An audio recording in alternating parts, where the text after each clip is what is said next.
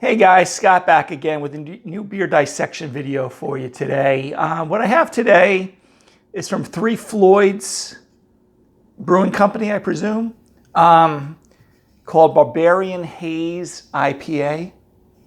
Okay, I'm sure I'll have it posting over my shoulder or rolling or something several times through the video.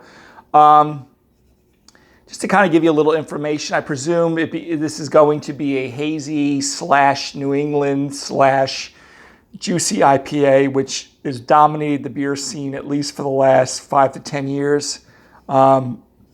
This is coming in, I might as well give you the specs, at 6.5% alcohol, which is actually quite low for beers these days. At 42 IBUs and an SRM, for those that don't know SRM, standard reference method. It's kind of how they gauge the color of beer at 8. So 8 is usually somewhere around like a gold color, give or take. But I won't go into that right now. And it's double dry hopped. They don't tell you. I didn't do a lot of.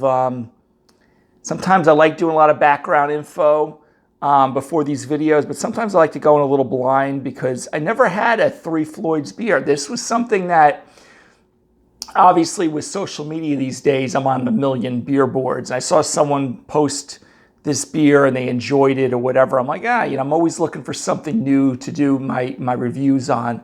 So it's actually sometimes quite embarrassing that I haven't tasted every single beer. Those who have been following me on my channel, you're like, man, the guy seems like he drinks 10 beers a day. I definitely don't do that.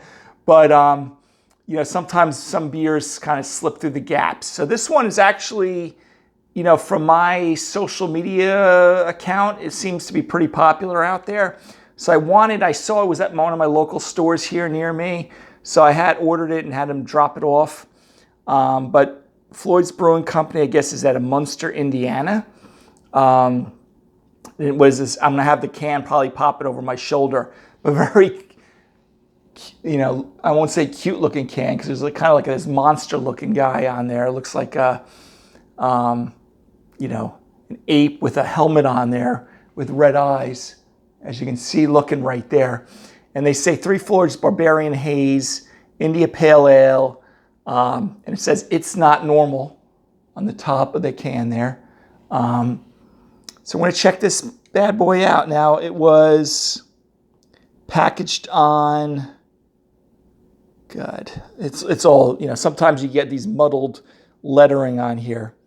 At least what I at least can make out, it looks like the end of January of 23. I'm filming this in the beginning of May of 23. So in the world of IPAs, I usually like to try to keep it for 3 to 6 months, but this is not a brewery right down the street. I'll live with this, and we'll take a look at it. But brewed and canned by Floyds Brewing Company. So my first one from this brewery, they have other styles out there. As much as I drink beer and do these reviews, I can't say I've had every single beer sitting out there in Beerland, okay? So anyway, that's the beer dissection that we're about to do.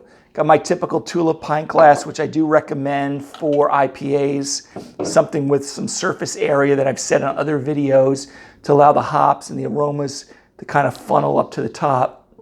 Okay, I also call this kind of like an oversized snifter. This beer is coming in, if I didn't say it already, I'm trying to get the alcohol percentage. I may have not said it, 6.5%. That's right, I did say that, because it's a little lower. Like a lot of these IPAs now are sitting at, 7 to 10%, and or they're these hop bombs that smack you in the face, and you can drink one, maybe two, and then you need like a nap.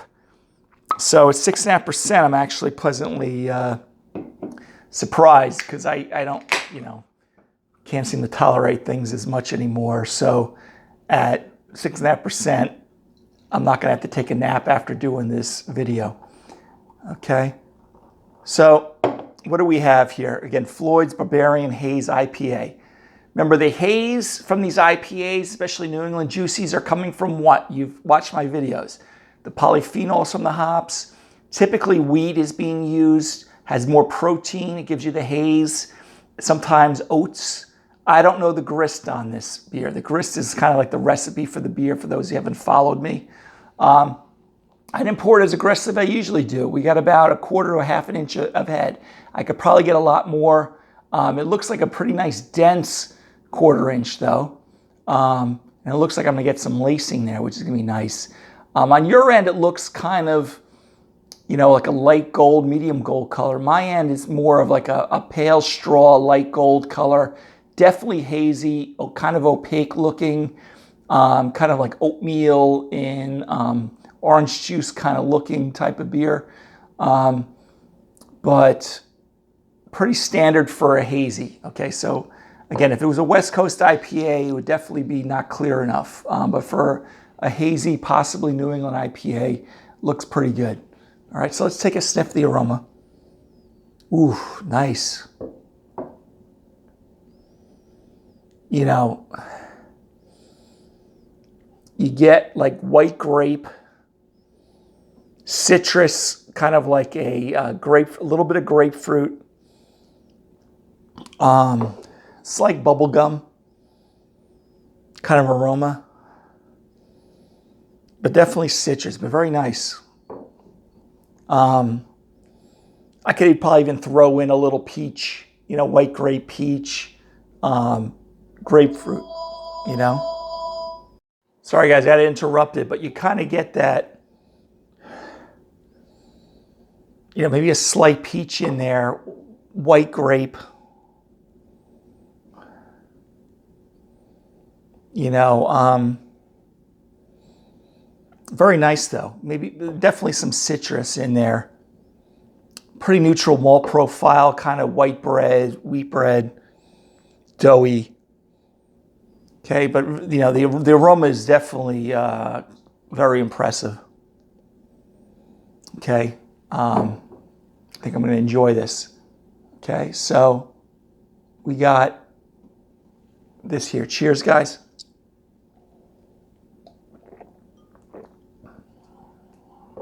Okay, so again, citrus, grapefruit, some orange, subtle orange, almost like orange pith, not really like full-blown orange. It's a white grape, pithy kind of orange, like I said. There's definitely pronounced bitterness to this. I don't get any alcoholic warmth. Again, I don't usually get it until we're hitting like 7.5%, 8%. Medium to medium full-bodied with this.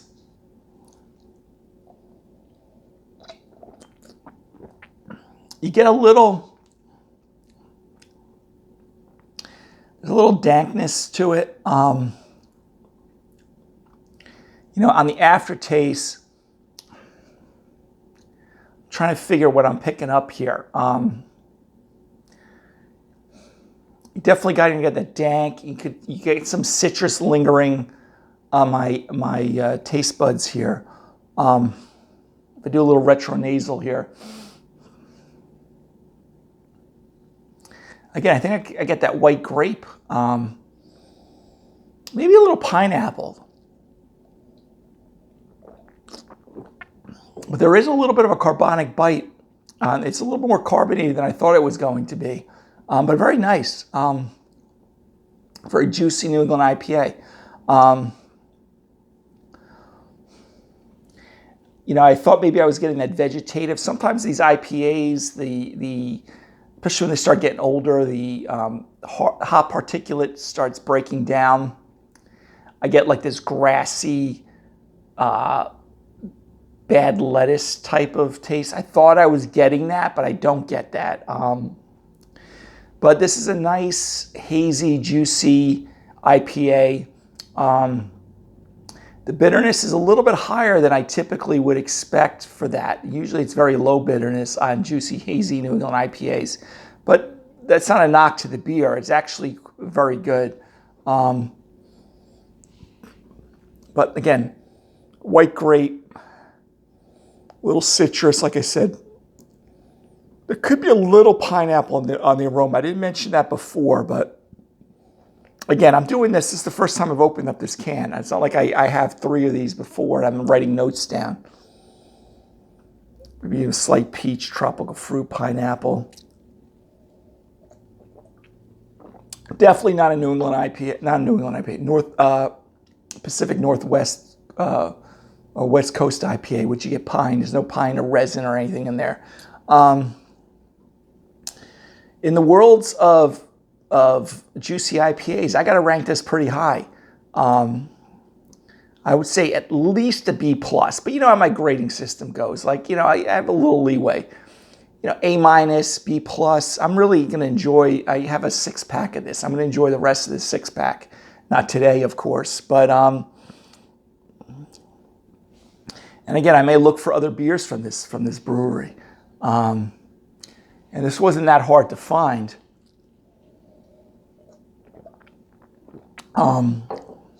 I don't get that filmy, you know, it's definitely got a little residual sweetness to it. But if you like kind of citrusy, grapefruit, pineapple, little tropical fruit / citrus type of fruit IPAs, New England juicies, this would be up your alley.